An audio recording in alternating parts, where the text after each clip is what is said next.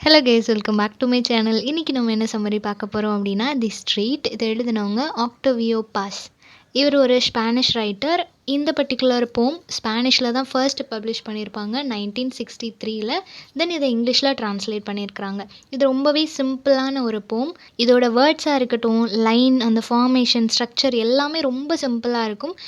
ஈஸியாக நம்ம வந்து ரீட் பண்ணோன்னே அண்டர்ஸ்டாண்ட் பண்ணிக்கிற மாதிரி தான் இருக்கும். இதில் வந்து முக்கியமான கான்செப்ட் என்ன அப்படின்னா, வேர்ல்டு வார் செகண்ட் அந்த பீரியடில் வந்துட்டு பீப்புளோட மைண்ட் செட் எந்த மாதிரி இருந்துச்சு, அவங்க ஒரு ஐசோலேஷன், ஏலியனேஷன், இது எல்லாமே அவங்க ஃபீல் பண்ணாங்க.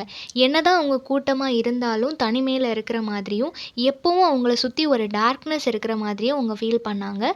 அதை ரிஃப்ளெக்ட் பண்ணுற மாதிரி தான் இந்த போம் இருக்கும். ஸோ ஆக்சுவல் மீனிங் அப்படின்னு பார்க்கும்போது, ஒரு பர்சன் என்ன ஃபீல் பண்ணுறாரு அப்படின்றத எக்ஸாக்டாக ஒரு ஈவினிங்கில் ஒரு பர்டிகுலர் டைம் டியூரேஷனில் அவர் என்ன ஃபீல் பண்ணுறாரு அப்படின்றது இருக்கும். பட் இன்டெப்த் மீனிங் அப்படின்னு நம்ம பார்த்தோன்னா, அது அந்த வேர்ல்டு வார் பீரியடில் அங்கே இருந்த பீப்புள் எல்லாரோட மைண்ட் செட் எப்படி இருந்துச்சு, அவங்க இந்த வேர்ல்டை எப்படி பார்க்குறாங்க, அவங்கள சுற்றி இருக்கிறவங்கள எப்படி பார்க்குறாங்க, அவங்களுக்கு என்ன தேவை அப்படின்றது எல்லாத்தையுமே இந்த ஒரு ஃபியூ லைன்ஸில் டிஸ்கிரைப் பண்ணியிருப்பார். ஸோ ரொம்பவே மீனிங்ஃபுல்லான அண்ட் ஆல்சோ எமோஷ்னலான ஒரு போமும் கூட. ரீட் பண்ண உடனே ஆத்தர் என்ன சொல்ல வராங்க அப்படின்றத ஃபர்ஸ்ட் பார்த்துடலாம். தென் அகெயின் அதில் இருக்கிற இன்டெப்த் மீனிங் பார்க்கலாம். ஸோ எப்படி ஸ்டார்ட் பண்ணுறாங்க அப்படின்னா, ரொம்ப லாங்கான சைலண்ட்டான ஒரு ஸ்ட்ரீட், ஓகேவா.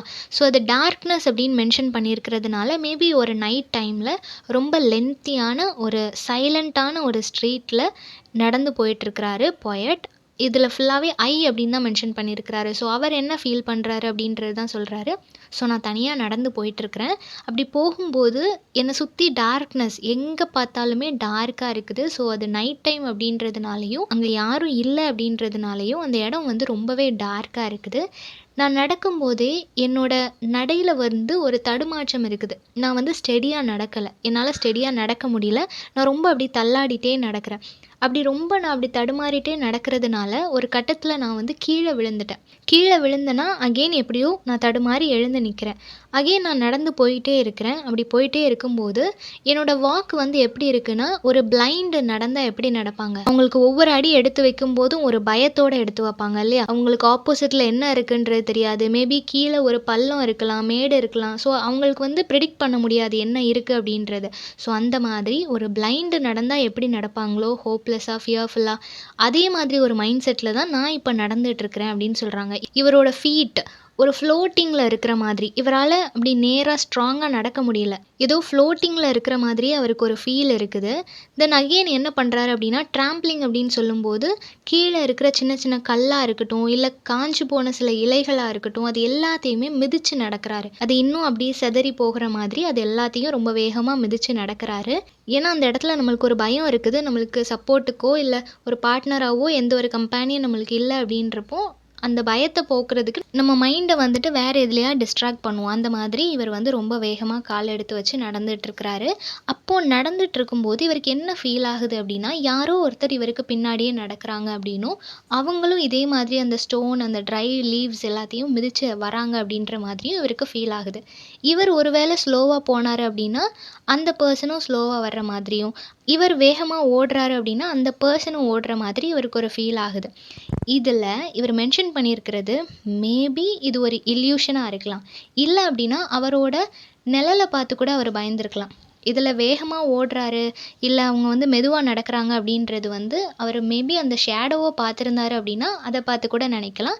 இல்லை அவருக்கு ஏதாவது சவுண்டு தான் அப்படி கேட்டுச்சு அப்படின்னா அது இல்யூஷனாக தான் இருக்கும். ஏன்னா அவர் அகெயின் இப்படியெல்லாம் நடக்குதுன்னு சொல்லி திரும்பி பார்த்தாருன்னா பின்னாடி யாருமே இல்லை.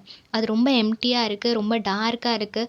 டோர்லெஸ் அப்படின்னு சொல்லும்போது எந்த இடத்துலையுமே அவரை ஸ்டாப் பண்ணுற மாதிரியோ இல்லை ஓப்பன் பண்ணிட்டு போகிற மாதிரியோ எந்த ஒரு இடமுமே இல்லை. ரொம்ப பிளெயினாக ஓப்பனாக இருக்குது. அவர் ஸ்ட்ரைட்டாக போயிட்டே இருக்க வேண்டிதான். அந்த மாதிரியான ஒரு ஸ்ட்ரீட்டில், எம்டியாக இருக்கிற ஸ்ட்ரீட்டில் யாருமே இல்லாதப்போ என்னை யார் ஃபாலோ பண்ணுறா அப்படின்ட்டு ஒரு கன்ஃபியூஸ்டான மைண்ட் செட்டில் தான் அவர் போயிட்டுருக்கிறாரு. ஆனால் இப்போவுமே அவருக்கு வந்து யாரோ அவரை ஃபாலோ பண்ணுற மாதிரி ஒரு ஃபீல் இருக்குது. Only my steps make me aware.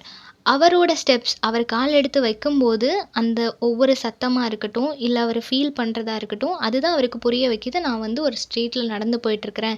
என்ன சுத்தி யாருமே இல்ல. நான் மட்டும் தான் தனியா நடந்து போறேன். நான் இப்ப பிரசன்ட்ல இருக்கிறேன். என்ன சுத்தி இதெல்லாம் நடக்குதுன்னு சொல்லிட்டு, அவர கொஞ்சம் கான்ஷியஸா வச்சுக்கிறதே, அவரோட அந்த ஃபுட் ஸ்டெப்ஸ் தான். அவர வந்து கான்ஷியஸ்க்கு கொண்டு வர்றதுக்கோ, அவர்கிட்ட பேசிட்டே வர்றதுக்கோ, அவர வந்து நார்மல் ஆக்குறதுக்கோ, கன்சோல் பண்றதுக்கோ யாருமே அங்க கிடையாது. ஸோ நான் மட்டும் தான் எனக்கு இருக்கிறேன் அப்படின்ற ஒரு ஸ்டேட்மெண்ட்டும் அவருக்கு வந்து புரிய வருது. தென் அவர சுத்தி இருக்கிற எல்லா இடத்துலயும், எல்லா டர்னிங் பாயிண்ட்ஸ்லயும் அவர திரும்பி திரும்பி பார்க்குறாரு. ஏதாவது ஒரு கார்னர்ல யாராவது இருக்க மாட்டாங்களா? யாரும் இருக்கிறாங்களா? ஏன் எனக்கு இப்படி தோணுதுன்னு சொல்லிட்டு எல்லா இடத்தையும் சுத்தி சுத்தி பார்க்குறாரு.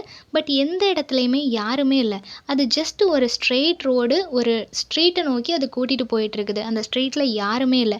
யாருமே எந்த இடத்துலயுமே இவருக்காக வெயிட் பண்ணிட்டு இல்ல. இவர் வருவாரு, அவர ரிசீவ் பண்ணணும் அப்படின்னு சொல்லிட்டு யாருமே அவருக்காக வெயிட் பண்ணல. அதே மாதிரி இவருக்கு பின்னாடியும் யாரும் அவர ஃபாலோ பண்ணிட்டு வரல. ஸோ இவருக்கு அகெயின் தோன்றது என்ன அப்படின்னா, ஏதோ ஒரு பெர்சன் இருக்கிறாங்க. அவங்க என்ன மாதிரியே என் பின்னாடியே நடந்து வந்துட்டு இருக்கிறாங்க. என்ன அப்படியே இமிட்டேட் பண்ணிட்டு இருக்கிறாங்க.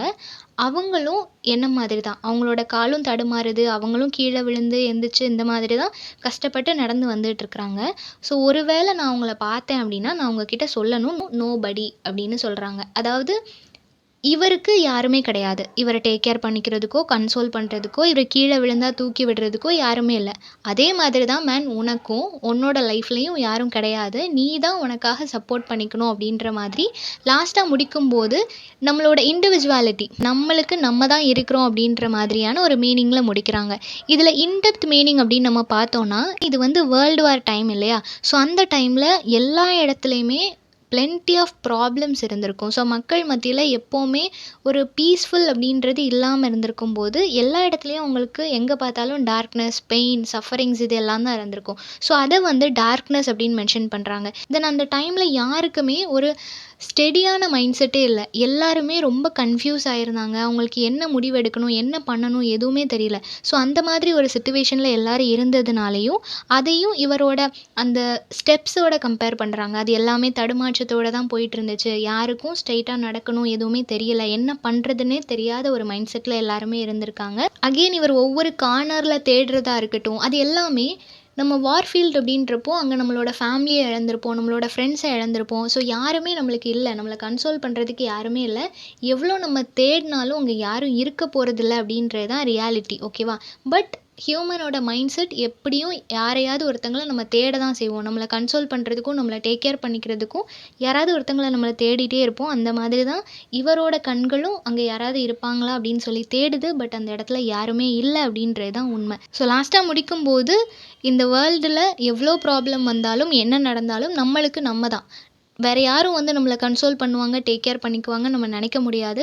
நம்ம கூட யாரோ வர்ற மாதிரி இருந்தாலும், யாரோ நம்மள ஃபாலோ பண்ற மாதிரி இருந்தாலும், எண்ட் ஆஃப் தி டே நம்மளுக்கு நம்ம தான் இருப்போம். ஸோ யாருக்காகவும் நம்ம வெயிட் பண்ணக்கூடாது, யாரையும் எதிர்பார்க்கக்கூடாது அப்படின்றது தான் ரியாலிட்டி. ஸோ இந்த என்டையர் போமுமே isolation, alienation, illusion and also absurdity இந்த மாதிரி எல்லாமே ஒரே தீம் மாதிரி இருக்கும். பட் அதுக்குள்ள நம்ம இன்டெப்த்தா போனோம் அப்படின்னா, அது ஒவ்வொன்னுக்கும் ஒவ்வொரு விதமான டிஃபரன்சியேஷன்ஸ் இருக்கும். ஸோ இது எல்லாத்தையும் ஒரு சின்ன சிம்பிளான போம்ல போயட் வந்து ரொம்பவே அழகா எக்ஸ்பிரஸ் பண்ணியிருப்பாரு. ஸோ இந்த சம்மரி எல்லாருக்கும் புரிஞ்சிருக்கும்னு நினைக்கிறேன். நெக்ஸ்ட் என்ன டாபிக்ல வீடியோ போடலான்னு சொல்லி கமெண்ட் பண்ணுங்க. தேங்க் யூ ஃபார் வாட்சிங்.